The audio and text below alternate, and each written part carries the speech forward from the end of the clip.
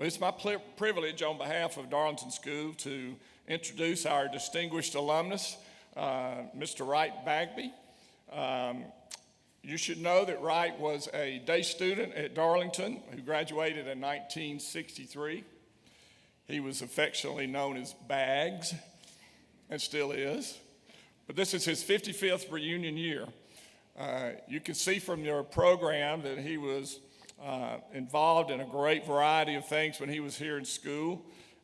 Athletics, publications, honor council. He was a class officer. Of note, his senior year, his soccer team was the Mid-South Conference champions. Congratulations again.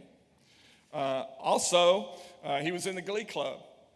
And that year, they produced a record, which was not an easy thing to do back then. And I was greatly relieved to hear that Wright did not, and I repeat, did not have a solo on that record. Wright also insists that he did not get any demerits when he was at Darlington. I questioned that a little bit, but noting that he was on the honor council, I'm sure he was telling the whole truth.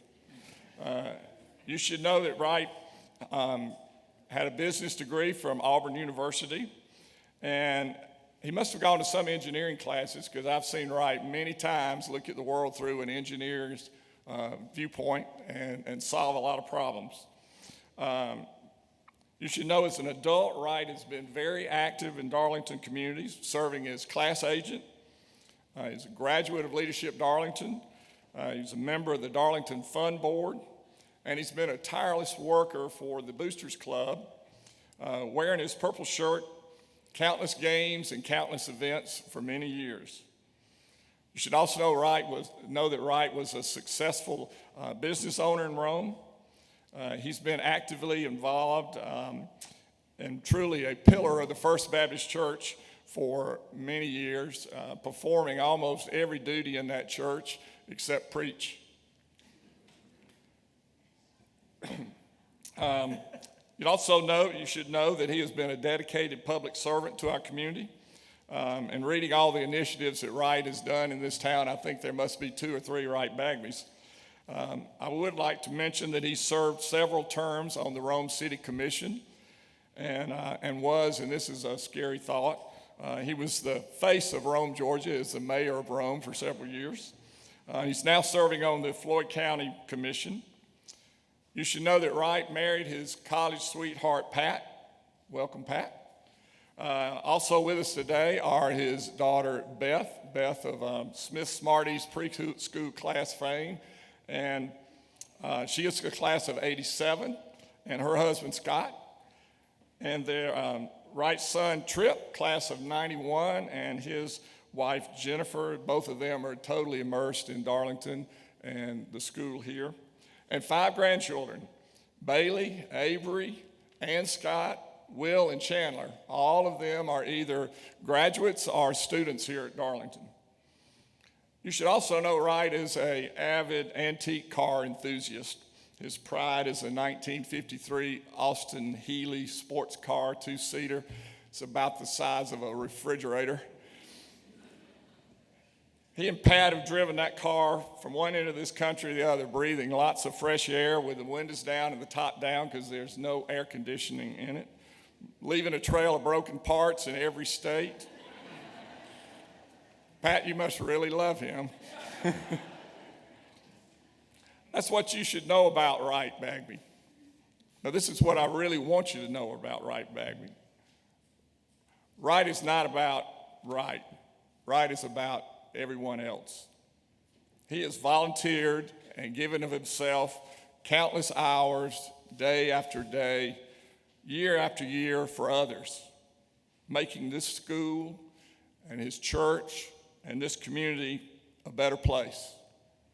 For example, when Wright was a youth growing up in Rome, he was on some of the first organized sports teams in Rome. And that was when they were taking boys off the sandlot field and putting jerseys on them and calling them youth sports team. Wright was part of a blockbuster trade when he was young. He was a star baseball little leaguer for the First Baptist Church. and he was traded to the Lions Club Little League baseball team for a hymn book.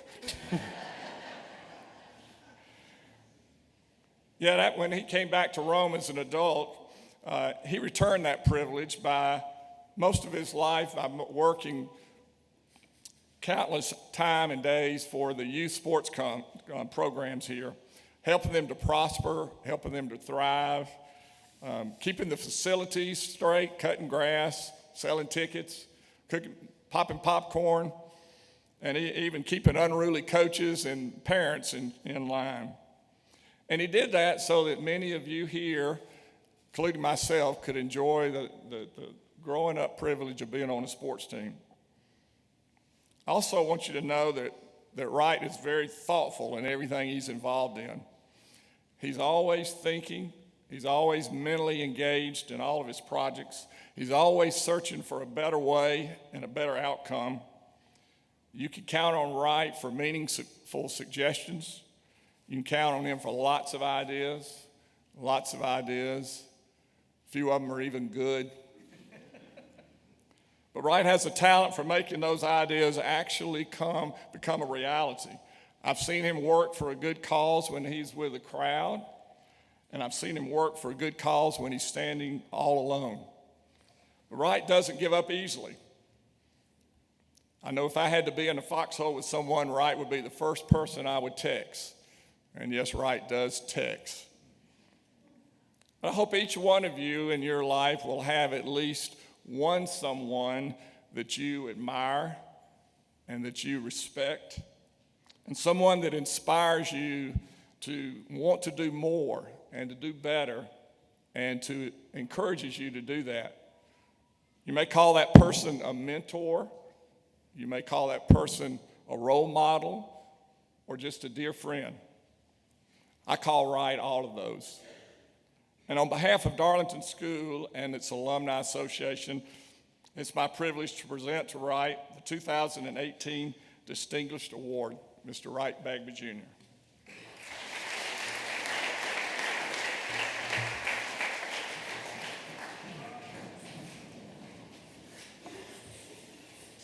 Well, that was almost embarrassing. Some of it was true, some of it not. Usually I'm not apprehensive about being in front of large groups. Usually doesn't bother me. Today I am. When I got up here, I finally realized the reason. You might understand this, especially the older people, but when I look out, I do not see both Brent Bells. I don't see Kim Tennell. I don't even see Bob Berry. What I see are the faces of Dr. Wright, Mr. Judd, Mr. Yankee, and others that were influential, sometimes in a fearful way, in my life in this place. Coach Doss is one that brings things, and also Mr. Moser. But those are the faces I see. I don't see the faces of most of you right now. But I want to thank Bob for that introduction. It was more than I could have asked for, and I don't really know what to say about that. Also, Chris, I want to thank you and the alumni organizations for giving me this, and not necessarily deserved, but it's well appreciated, I can tell you that. I'd like to start off by telling you a little bit about my class. A great number of them are here already, and more will be here before the weekend's out. I think we probably hold the record for 50 and 55-year-old reunions, the numbers that come back, and it's because we care a lot about each other. We are celebrating our 55th reunion this week, and quite frankly, it's hard to believe. Life goes by in a hurry. But when I look out and see Ann Scott, Will, and Chandler, and then I realize that Bailey and Avery have already graduated, it is a reality, and life does go by in a hurry. Our class, in my opinion, was a little unique. We had 110 in our class. 88 of us are still living. We were pretty much evenly divided between day students and boarding students.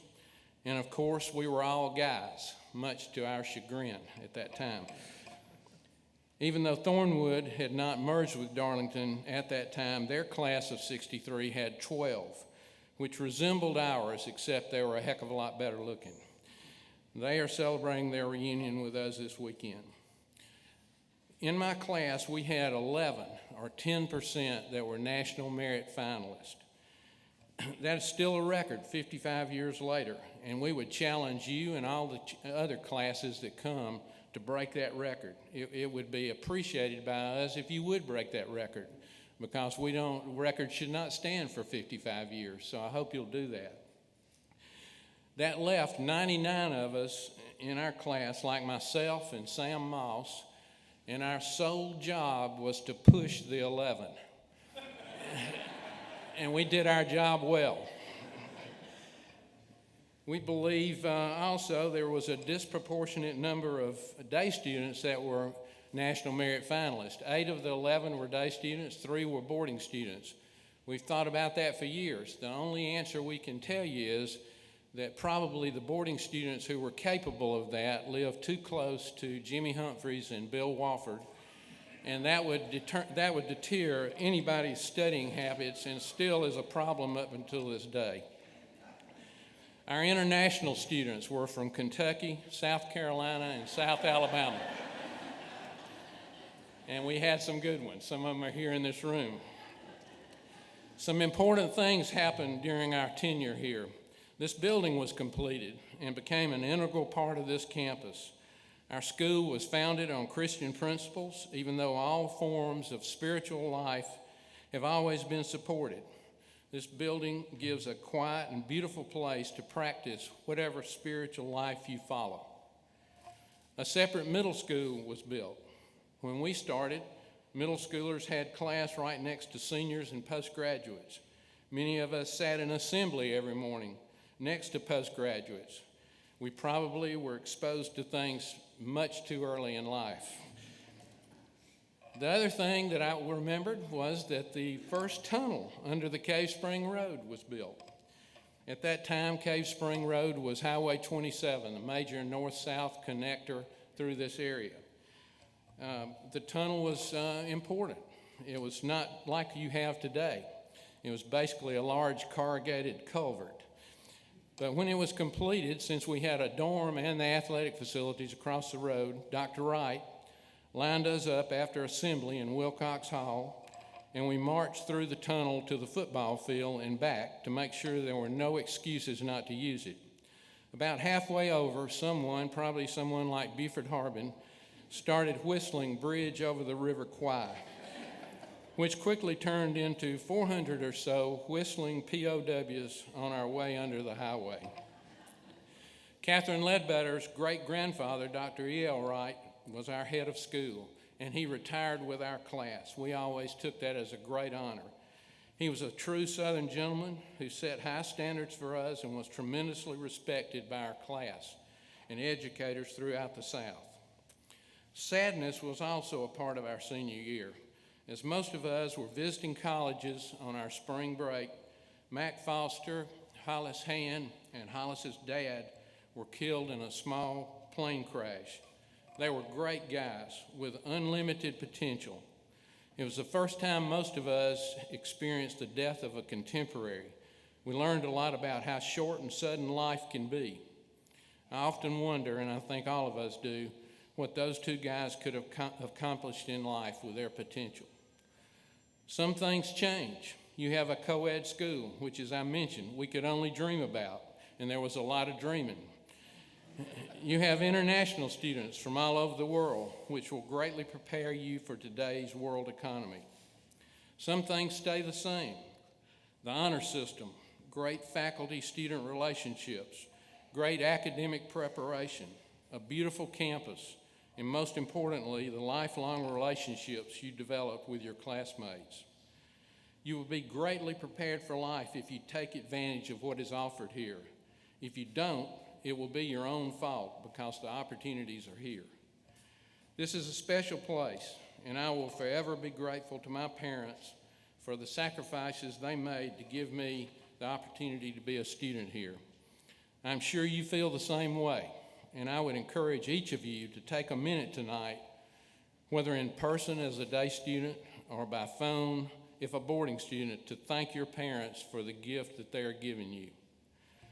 I would like to end this in a way that would give our great English teacher, Doc Register, heart failure, but would also please Coach Doss.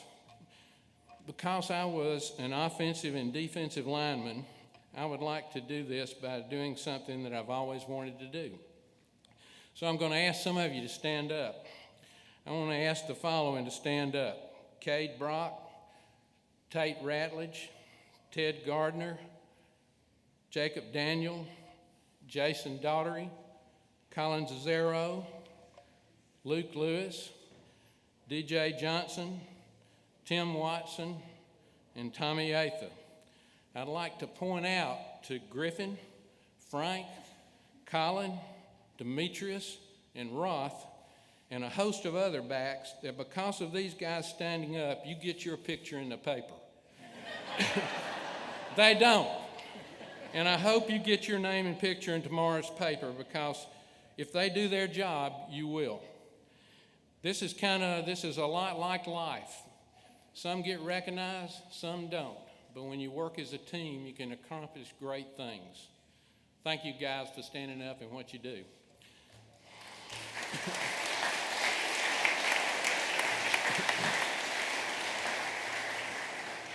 I hope I'll see everybody in this room across the road tonight, because we're playing a tough team from Trine, and this is an important game, and everybody here needs your success. And we start as a team by being a school as a team. Thank you for what you've given me, and thank the school for what it's given me.